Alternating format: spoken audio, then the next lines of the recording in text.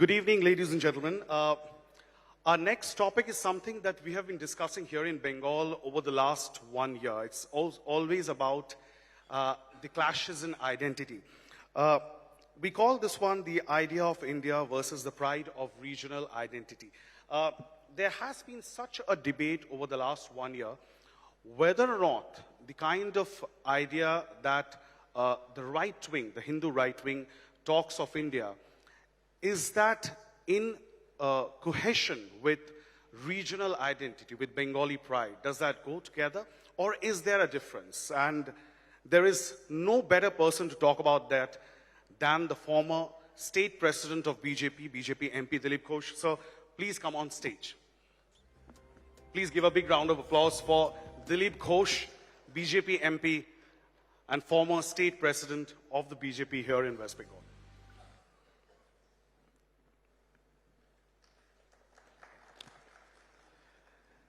दिलीप दा, जैसे कि हमने कहा पिछले 1 साल से इसके बारे में बहुत ज्यादा चर्चाएं हो रही हैं और ऐसा कोई व्यक्ति नहीं है जो इसके बारे में सबसे अच्छा जवाब दे सके, क्योंकि आप पश्चिम बंगाल से हैं, बंगाली हैं, उसके साथ साथ आप आरएसएस से भी जुड़े हुए हैं इतने सालों तक। जब ये कहा जाता है the idea of one India, क्या उसके साथ जो बंगालीनेस है, बंगाली अस्मिता है, इसमें कोई दोहरापन है आपको दिखता है? केवल बंगाली अस्मिता क्यों बोल रहे हैं आप? तमिल का है, पंजाबी है, मराठी है, उड़िया है, सबकी अपनी अपनी अस्तित्व है, अपना कल्चर है, अपना भाषा है, खान पीन, रहन सहन, पहनवा सब अलग है, लेकिन फिर भी देश एक है। ये हमारी परंपरा। एक बात कहा जाता है विविधता में एकता, हम उल्टा बोलते हैं, एकता में विविधता। शरीर एक है लेकिन इसका हर अंग का काम अलग है, दिखने में भी अलग है। इसलिए हमारे देश में कभी जबरदस्ती किसी को एक करने का प्रयास नहीं किया गया है। रसिया भी एक देश था, क्यों? जब तक वहां सरकार ताकतवर था, सेना था, शासन का जोर था, एक थे लोग। जैसा थोड़ा ढीला वो अलग हुआ, क्योंकि जबरदस्ती लोगों को एक किया गया था। हमारे देश में ऐसा नहीं है। पहले जो था उसमें भी नया विचार आ रहा है, और दुनिया में जहां भी जो नया विचार आया है तथा उसको हमने ग्रहण किया है, बुलाया है। हमारे देश में ईसाई को, इस्लाम को बुला के हमारे राजाओं ने उसको रहने दिया, जगह दिया, धर्मस्थान बनाने के लिए मौका दिया। उनका धर्म क्या है, राज्यसभा में उसका व्याख्यान सुनाया लोगों को। ये हमारी परंपरा रही है, इसलिए सब पनप रहे हैं। लेकिन फिर भी हमारी देश की जो परंपरा रही है, देखिए हमारे देश के लोग तीर्थ यात्रा करते हैं, दक्षिण भारत जाते हैं, उत्तर भारत जाते हैं, हर भाषा के लोग जाते हैं। एक प्रकार एक जगह रहते हैं, भाषा नहीं समझते हैं, पहनावा अलग है, लेकिन वहां जाकर के नंगे बदन में जाके भगवान का पूजा करते हैं। वही भगवान का पूजा शिव जी का रामेश्वरम में पूजा होता है खाली नंगे बदन में, लेकिन रामेश्वरम में जाकर के जब वहां ऊपर जाकर अमरनाथ पहुंचते हैं 2 कंबल ओढ़ कर पूजा करते हैं। स्नान नहीं है, दूध नहीं है, कच्चा बेल की पत्ती नहीं है, लेकिन मंत्र एक है, भाव एक है। इसको हमने भाव को देखा है। घर में भी 4 लोग 4 प्रकार खाना खाते हैं, 4 प्रकार उनका रहन सहन है। कोई फ्रिज का ठंडा पानी चाहिए तो कोई ठंडा पानी पीने से तुरंत उसको बीमारी हो जाती है। इसको हम कभी नहीं देखा, बाहरी विविधता को। इसलिए यहाँ की जो मान्यताएं हैं, परंपराएं हैं, एक दूसरे के भाव को सम्मान करना, दूसरे को, चाहे तो हमारे बंगाल में भी है, कोई हिंदी भाषी आया तो हिंदी में बात करता, बंगाल के लोग टूटी फूटी हिंदी में उससे बात करते हैं, हिंदी नहीं जानते लेकिन उनको प्रॉब्लम ना हो, ये मानसिकता हमारी रही है। लेकिन इसके अंदर जब राजनीति आ जाता है तब प्रॉब्लम होता है, तब तमिल अस्मिता की बात आती है, तब बंगाली अस्मिता की बात। एखाने जय बांग्ला स्लोगन आ रहे हैं, यहाँ के नेता जाके त्रिपुरा में जय त्रिपुरा का स्लोगन लगाते हैं। तो जय बांग्ला में क्या प्रॉब्लम है?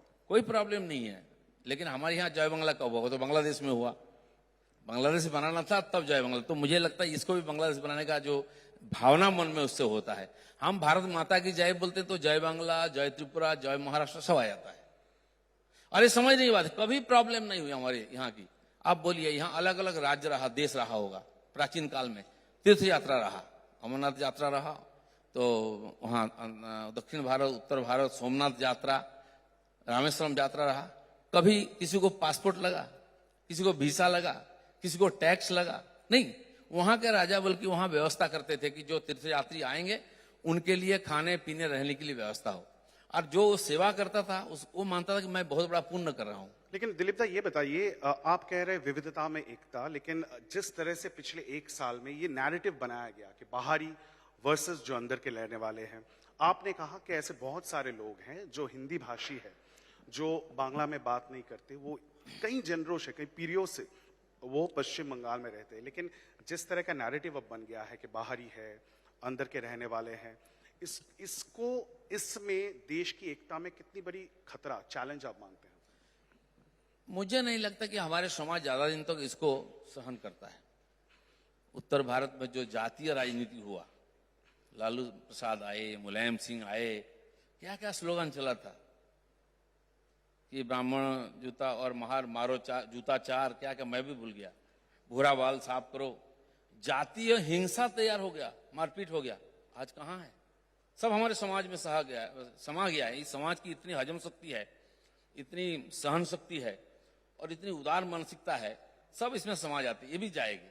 मजेदार बात देखिए आप, जो लोग बोलते हैं एक बिहारी 100 बीमारी, उनके एमएलए डायस पर खड़ा होकर भाषण दे रहा था, तो मैंने उसका विरोध किया। मैं बोले भाई एक बिहारी सब पर भारी, क्योंकि बिहार बहुत बड़े बड़े नेता, अभिनेता, पहले राष्ट्रपति उधर से आए हैं, बहुत बड़ी योगदान थी।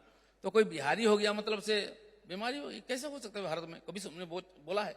आज उनको आसानसोल में जीतने के लिए बिहारी को बुला के लाना पड़ा, शत्रुघ्न सिन्हा का। तो क्या है मतलब इसका? ये दोखलेपन क्यों है? केवल राजनीति के लिए? आप बोलते मैं बंगलार में, तो ठीक है, बंगलार में गोवा जाके बोलते हम गोवार में, माँ बाप का कोई ठिकाना नहीं है, कुछ भी बोल देंगे हम कहीं जाकर के। क्या मतलब होता है इसका? एक नेता पब्लिक जिसको चुना है और सत्ता में आने के बाद कुछ भी कर सकता है, कुछ भी बोल सकता है किसी के बारे में। आपके मन में, अगर आपको पूछा जाए पर्सनली, तो आपके मन में आपके लिए कौन सी वो आइडेंटिटी है जो सबसे इंपॉर्टेंट है? क्या आप पहले अपने आप को एक आरएसएस के कार्यकर्ता मानते हैं? क्या आप अपने आप को एक बंगाली लीडर मानते हैं, या कोई और आइडेंटिटी आपके दिमाग में है? देखिए, भारत के किसी भाग में भी कोई वो से पहले भारतीय है, इसमें कोई दोहरा ही नहीं है। और भारतीय कल्चर में सबको सहन करने का, मान्यता देने का परंपरा रही है।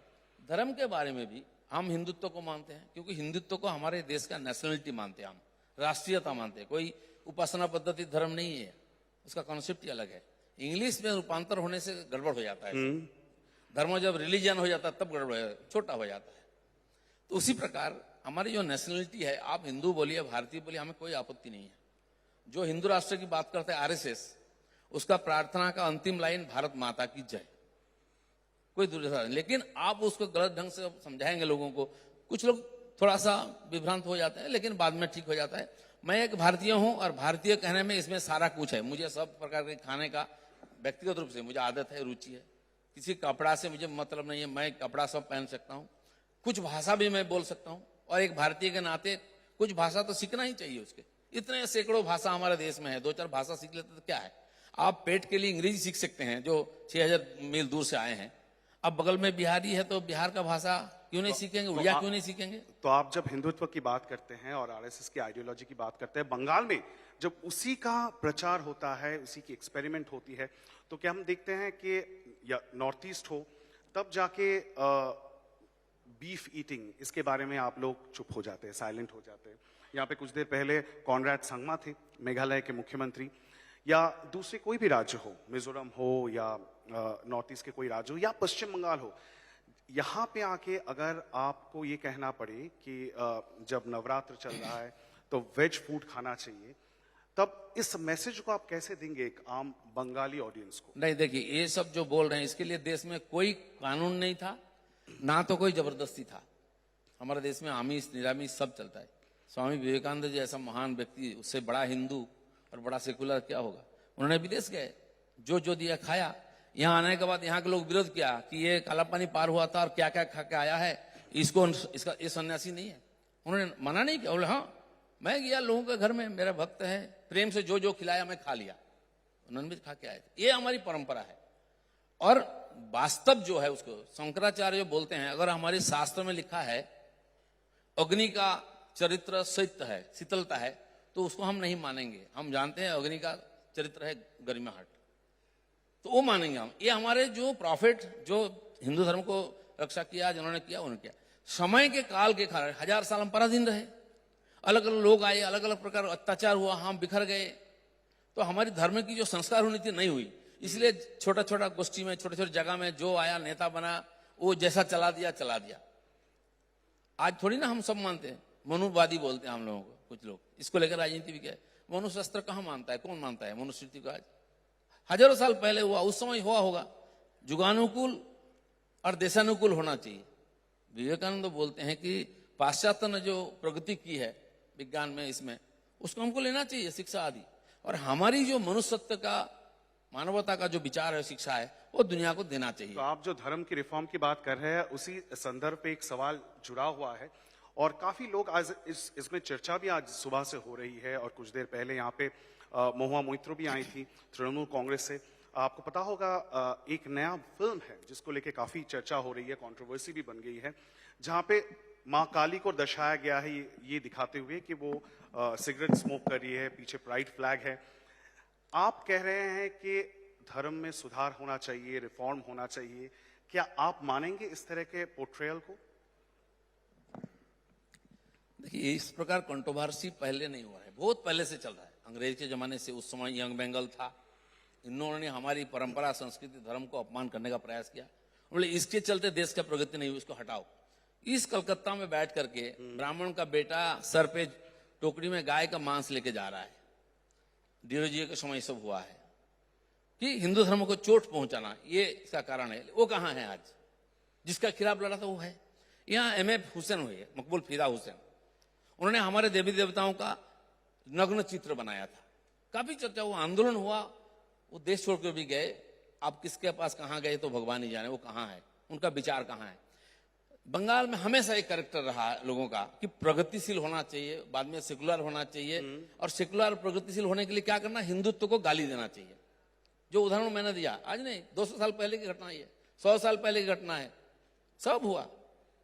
ठाकुर रामकृष्ण बांग्ला में बोलते हैं, कतो धर्म आसबे कतो धर्म जाबे, हिंदू धर्म थेके जाबे। इसका मतलब बहुत कुछ विचार आएगा लेकिन हिंदुत्व विचार टिकेगा। ये किसना? जिसको युग पुरुष मानते हैं हम लोग, भगवान का अवतार मानते हैं, उन्होंने बोला है। और आप भी बहुत ज्यादा देर नहीं है, 150 साल पहले बोले उन्होंने, नया। तो इसलिए ये जो क्रांतिकारी लोग होते हैं ना, यहाँ थोड़ा सा वितर्कित बात कर दो, तुम्हारा चर्चा होगा, तो मीडिया में आएगा। महुआ मोइत्रो का ये जो इंटरप्रिटेशन है, वो कह रही है कि I accept goddess Kali as a meat eating, alcohol accepting goddess. इसमें कोई प्रॉब्लम दिखता है आपको? मुझे तो कोई प्रॉब्लम नहीं। आप इसको न्यूज, कोई प्रॉब्लम नहीं है, कोई प्रॉब्लम नहीं। आप इसको न्यूज भी मत बनाइए, कल सब भूल जाएंगे। आज चर्चा होगा, ये सब चर्चा मैं भी मेरे जीवन में 40 साल से सुन रहा हूं। कितने क्रांतिकारी आए, कम्युनिस्ट लोग कहां हैं आज? इसी समाज ने उसको निगल गया कम्युनिज्म को। इन्होंने क्या क्या नहीं किया था। सारे महापुरुषों का मूर्ति के ऊपर कालिक लगाया, मूर्ति तोड़ा, नक्शा है। हम भी तो बचपन से 40 साल जब तक मेरा से थोड़ा सा दिमाग आया, ये मैं जहां से आया हूं, 2 बार नक्सल आंदोलन हुआ। वहां मेरे सामने गरीब लोगों को काटते हुए मैंने देखा बचपन में, 70-72 में। अभी 2000 के बाद फिर वही मूवमेंट आया, पूरा जंगल महल, गोपीवल्लभपुर, माकुड़ा, पुरुलिया, मेदिनीपुर, झाड़ग्राम में वही नरसंहार हुआ। कहां है आजकल वो लोग? कहां नक्सल है? कोई नहीं है।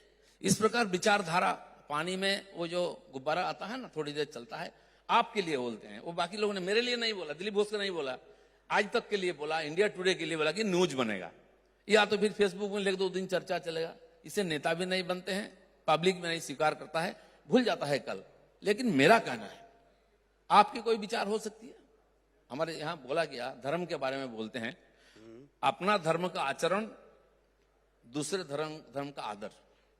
दूसरे धर्म का आदर करो, अपना धर्म का आचरण करो। यहां उल्टा होता है। हमारे मुख्यमंत्री हिंदू ब्राह्मण परिवार से, पता नहीं उसका आचरण क्या करते हैं, लेकिन वो जाकर नमाज पढ़ती है। लेकिन आपने जो कहा बिल्कुल सही कहा। रोया करते हैं जाके, थोड़ी ना आपको माना है। दिलीप जी, आप भरपेट खा के आप जाके इफ्तार पार्टी करते हैं, उसको भी दूषित करते हैं, अपने धर्म को दूषित करते हैं। क्या मतलब? आपने जो कहा कि अपने धर्म को प्यार करो, दूसरे धर्म को भी आदर करो, लेकिन आप ही के पार्टी के लीडर नुपुर शर्मा जब इस तरह का बयान देती है, और वो भी खुले पब्लिक फोरम में, और आपने देखा किस तरह का वायलेंस पूरे देश में देखने को मिला, और उसमें पूरी चुप्पी साधी हुई है बीजेपी के लीडरशिप ने। नुपुर शर्मा क्या आप उसको जस्टिफाई कर सकते हैं? कितने लोग मरे मुझे नहीं मालूम, कितने लोग मरे नुपुर शर्मा बोलने के बाद। अभी हो रहा है, स्वतंत्रता के पहले जो होता, नुपुर शर्मा कहां था? इतना सारे आम कतलेआम हुआ, नोआखाली दंगा, जसोरत दंगा, हजारों लोगों को मार दिया गया। कहां नुपुर शर्मा था? बीजेपी जस्टिफाई करने की कोशिश कर रहे हैं। जिस विचारधारा से घटना हो रही है उसको दुनिया डरती है बोलने में उसके खिलाफ।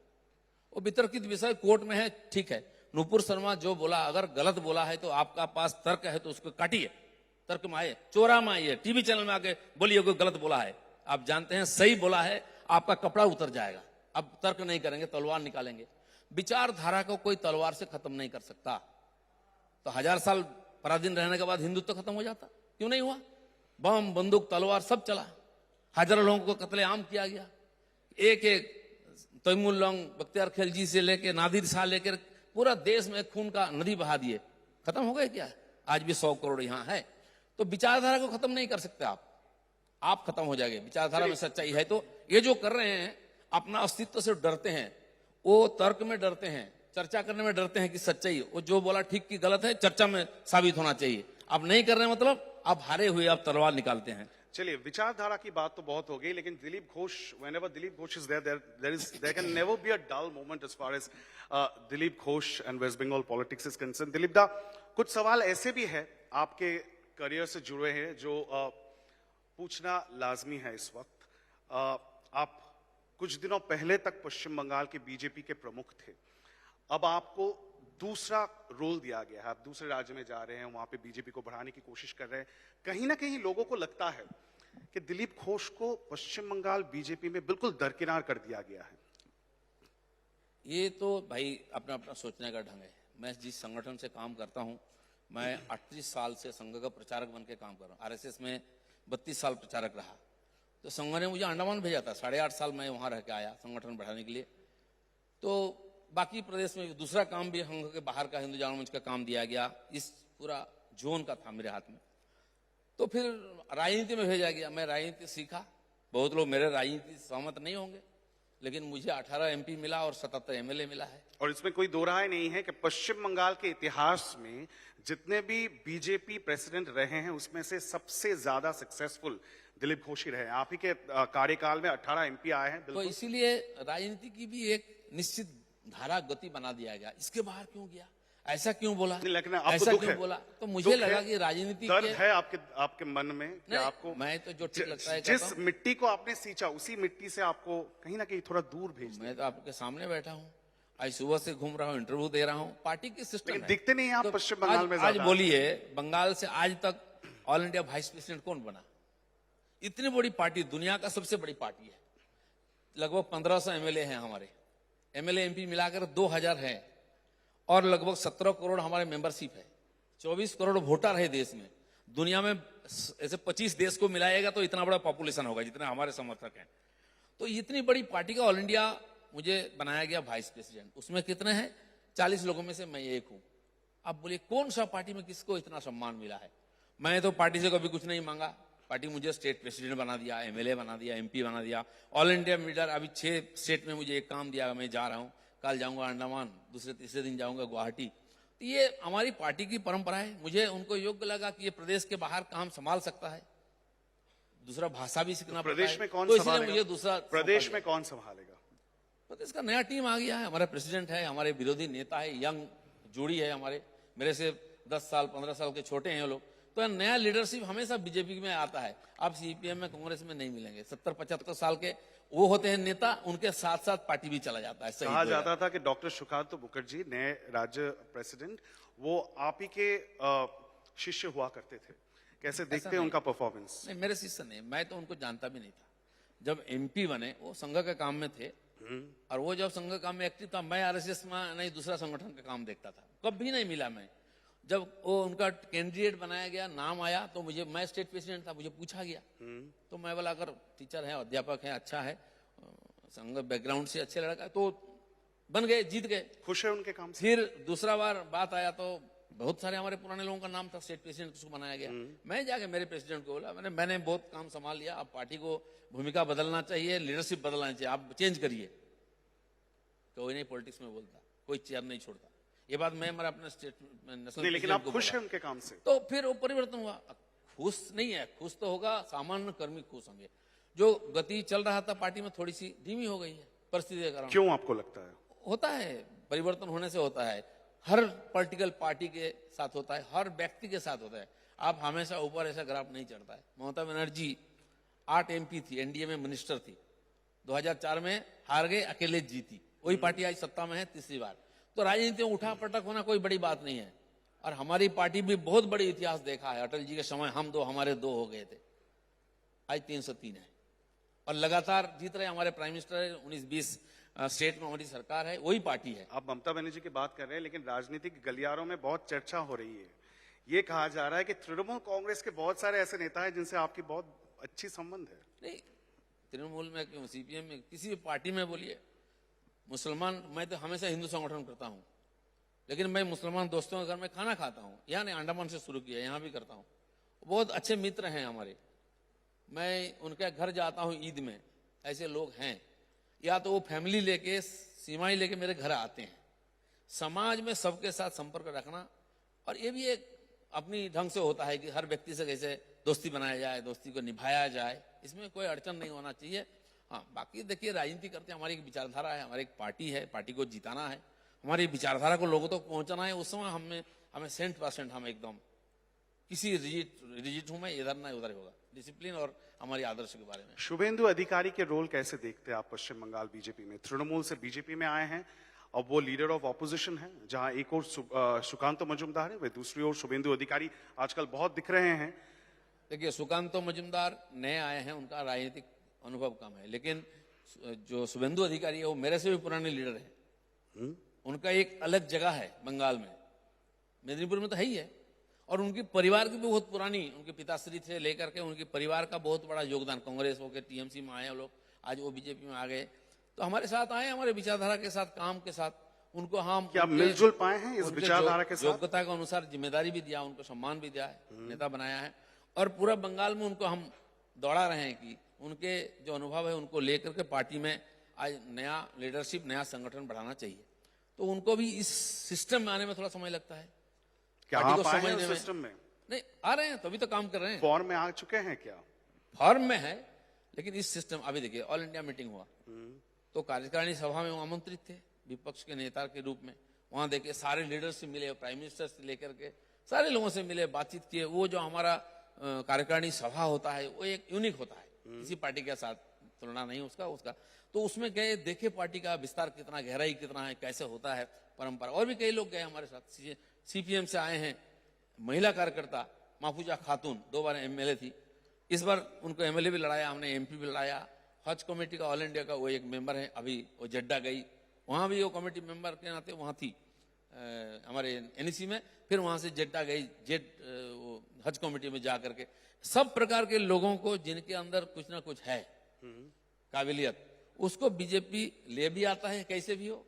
सिंधे को ले आया और उसको पूरा काम भी देता है, अपने पार्टी के जोड़कर उसका योग्यता को पूरा उपयोग हम करते हैं। शुभेंदुदा कह रहे हैं कि जो महाराष्ट्र में हुआ है वही फॉर्मूला पश्चिम बंगाल में भी आने वाला है। पॉसिबल है? मैं कह रहा हूं ना, मेरे से अनुभव ज्यादा है उनको, वो बोल सकते हैं। और राजनीति में कुछ भी संभव है। आज आपके सामने बैठ के मैं काल का एक बात कर रहा हूं, जो कल क्या होगा कोई नहीं जानता है। बिल्कुल, कौन जानता था महाराष्ट्र में ऐसा होगा? ये सही बात है, राजनीति में कुछ भी संभव है। क्योंकि आपसे बात करने के बाद हमारे जो दूसरे गेस्ट है बाबुल सुप्रियो, वो कभी आप ही के पार्टी में हुआ करते थे, आज तृणमूल कांग्रेस में एमएलए जीता जागता प्रमाण है बाबुल दा, क्या हो सकता है। देखिए एमपी से कैसे एमएलए होते हैं लोग, वो भी देख लिया। वो फर्स्ट 11 में खेलने वाले थे, अभी नर्सरी में खेलने के लिए मजबूर हो गए। ये भी तो राजनीति है ना, आपके सामने ही है, मैं नया कुछ नहीं बता रहा हूं। मेरे मित्र है, झगड़ा होता है लेकिन प्रेम है। 7-6 साल रहे, अच्छा बुरा सब प्रकार समय बीता। लेकिन समस्या क्या है पश्चिम बंगाल बीजेपी में कि इस तरह से लोग आपके कैंप छोड़ के वापस तृणमूल में घर वापसी इस तरह से कैसे हो गई है? राजीव जी चले गए, उसके साथ साथ अर्जुन सिंह चले गए, नहीं और भी बाकी सारे हैं। राजीव मुख्यमंत्री जी- आए थे, वो कह रहे थे कि अभी 15 एमएलए ऐसे हैं और 5 सांसद है सुनिए, बीजेपी के जो अभी भी उनके साथ संबंध में है। सब सत्ता सिर्फ का खेल तृणमूल है। कांग्रेस ने ये कह रखा है कि आप उसी पार्टी में रहो लेकिन हमारे लिए काम करो। ये तो शिंदे आप ही का हो जाएगा, आप ही के कैंप में। पार्टी सेकेंडरी है, विचारधारा तो और भी पीछे। हम हमारे पार्टी में एक स्लोगन देते हैं, हमारे प्राइम मिनिस्टर बोलते हैं, नेशन फर्स्ट, देश आगे, पार्टी बाद में। बंगला में हम स्लोगन हमारा चलाते हैं, तो नेशन फर्स्ट, पार्टी सेकंड और पर्सन थर्ड, ऐसा होता है हमारा। लेकिन आज की राजनीति जो आप देख रहे हैं, जिसकी चर्चा हम कर रहे हैं, वहां मैं ही सब कुछ हूं, या तो मेरी फैमिली ही सब कुछ है, उसके आगे कुछ नहीं। पार्टी खत्म हो जाए, फैमिली रहे। कांग्रेस देखिए, बाकी पार्टी में देखिए, महाराष्ट्र में देखिए। तो इसलिए ये लोग सत्ता के साथ रहने के लिए आए थे, हमारे पास सत्ता नहीं है, तो सत्ता के लिए आए थे, सत्ता के लिए गए। ये बहुत बड़ी बात नहीं तो है। आप पार्टी के लिए अपना जो पद है वो आप सैक्रिफाइस करने के लिए तैयार है। बंगाल से आपको दूर भेज दिया गया, तो उस बात की कोई गम नहीं है मैं आपको? मेरे जैसा कार्यकर्ता आज जिन्होंने पार्टी को 18 एमपी जिताया और 77 एमएलए जिताया, हर एक कार्यकर्ता मेरे लिए सेक्रीफाइस करने के लिए तैयार है पार्टी के लिए, और करेंगे आगे, और यही लोग पार्टी को फिर आगे सत्ता में लाएंगे। लेकिन आप मानते हैं कि जिन कार्यकर्ताओं को आपने इस तरह से उनको इंस्पायर किया और आपको सुनने के लिए लोग आते थे, अब कहीं ना कहीं पश्चिम बंगाल में ऐसा हालत हो गया है जहां पे बीजेपी के कार्यकर्ता बाहर नहीं आ रहे हैं, मैदान में नहीं उतर मैं रहे कह रहा हूं कि जिस प्रकार परिस्थिति, एक लोकतांत्रिक देश में विपक्ष को खत्म करने के लिए कोई हथियार का उपयोग करे, सत्ता का, पुलिस का उपयोग करे, तो स्वाभाविक होता है कार्यकर्ताओं पर इतना बोझ है। 42,000 केसेस हमारे लोगों पर, लाखों लोगों पर केस, मेरे नाम पर बंगाल में ऐसा कोई कोर्ट नहीं है जहां मेरे ऊपर केस नहीं है। मैं अभी कभी गया ही नहीं हुआ, लेकिन मेरे ऊपर 100 मोटो केस है, कोई भी कर देता है, और मैं घूम घूम करके जमानत करता हूं और वहां जाकर पब्लिक मीटिंग करता हूं, दोनों करता हूं, संगठन के काम करता हूं, जमानत भी करता हूं। तो इसलिए इस परिस्थिति में कार्यकर्ताओं का थोड़ा सा चुप होना स्वाभाविक है। और जिस प्रकार अत्याचार हो रहा है, शायद प्राइम मिनिस्टर भी बोला, होम मिनिस्टर भी भाषण में बोला, क्योंकि वो बार बार आके देखे हैं, हर बात उनको मालूम है, तो इसके खिलाफ हम लड़ रहे हैं। एक कल्पना के साथ हम लड़ाई किए तो सत्ता में पार्टी आएगी, वो नहीं हुआ, कुछ लोगों का थोड़ा हताशा है। लेकिन ये जो केसेस हो रही है, अत्याचार हो रही है, हिंसा हो रही है, इसके चलते थोड़ा मायूस है। क्या आकलन हुआ है कि किस वजह से पश्चिम बंगाल में, जब बीजेपी ये कह रही थी कि पिछली साल सरकार बना लेगी, नहीं बन पाया, क्या वो उसका आकलन हुआ है कि क्यों आप फेल किए? तो पार्टी तो अपने अंदरूनी चर्चा करके उसका रास्ता निकालता है, वो चर्चा हुई भी है ऊपर से नीचे से, तो पार्टी के अंदर होता है, पार्टी उसका निराकरण करने का चेष्टा करता है कि दोबारा ना हो। पहली बार हम यहाँ सत्ता के लिए लड़ रहे थे, जनसंघ से, कि बीजेपी 70 साल बंगाल में शुरू हुआ, 70 साल के बाद हम विधानसभा में 70 पार किए, अभी तो नहीं हुआ था। तो ये भी हमारे लिए एक बहुत बड़ा, जल्दी ग्रोथ हुआ, उसका प्रॉब्लम रहता है। और कैसे सत्ता में आते हैं जीत करके, वो कला हमें नहीं मालूम था, हमने प्रयास किया, दूसरे प्रदेश में हुआ था तो उसमें सफलता मिली है, पार्टी तो बड़ी हो गई, जीती, लेकिन टारगेट बहुत बड़ा था, वहां तो पहुंच नहीं पाए। इससे कुछ लोगों को थोड़ा सा मन में मायूसी आई है, लेकिन मुझे लगता है कि जो कार्य करते हैं पार्टी के लिए, वो धीरे धीरे फिर एक बार पार्टी के काम में लगे, चुपचाप बैठे हैं, देख रहे हैं, फिर आएगा चुनाव, आएगा, फिर आंदोलन होगा, लड़ाई होगा, फिर कूदेंगे लोग। और हम दिलीप घोष को देखें वापस पश्चिम बंगाल में उसी तरह से, उसी जोश के साथ अपने कार्यकर्ताओं के साथ रास्ते पे उतरते हुए। मैं तो देखिए आज सुबह से आ रहा हूँ, मदनीपुर से निकला, सुबह 5-6 बजे निकल करके 2 जगह चार चक्र किया, फिर आया हावड़ा में, मिला कार्यकर्ताओं से, एक घर में भोजन किया, फिर आपके सामने बैठा हूँ। मेरा दिनचर्या में कोई परिवर्तन नहीं, 5 से 10-11 बजे तक मैं घूमता रहता हूँ। हाँ, उस समय निर्णय लेने का मेरे हाथ में था अधिकार, आज निर्णय कोई और लेते हैं, हम बाकी कार्यकर्ताओं के साथ मिल करके उसको प्रयोग में लाके सफल करते हैं, ये भूमिका में कर रहे हैं। और जितने कार्यकर्ता हैं सबको मिलता रहता हूँ, घूमता रहता हूँ, मैं बैठा नहीं हूँ। हाँ, बड़े सभा में कभी कभी जाते हैं, बाकी आज जो जरूरत है हमको एकदम नीचे जाके कर्मियों का काम करना, सामान्य कार्यकर्ताओं से फिर एक बार लाना, नए लोग आए उनको काम सिखाना, ये काम कर रहे हैं। So there you have it, ladies and gentlemen, the inimitable Dilip Ghosh. Never a dull moment, as I said, when he's on dais, he's one of the most popular faces of the BJP here in West Bengal, and he's once again back at the India Today conclave. Please give a big round of applause to Shri Dilip Ghosh. Thank you so much. धन्यवाद।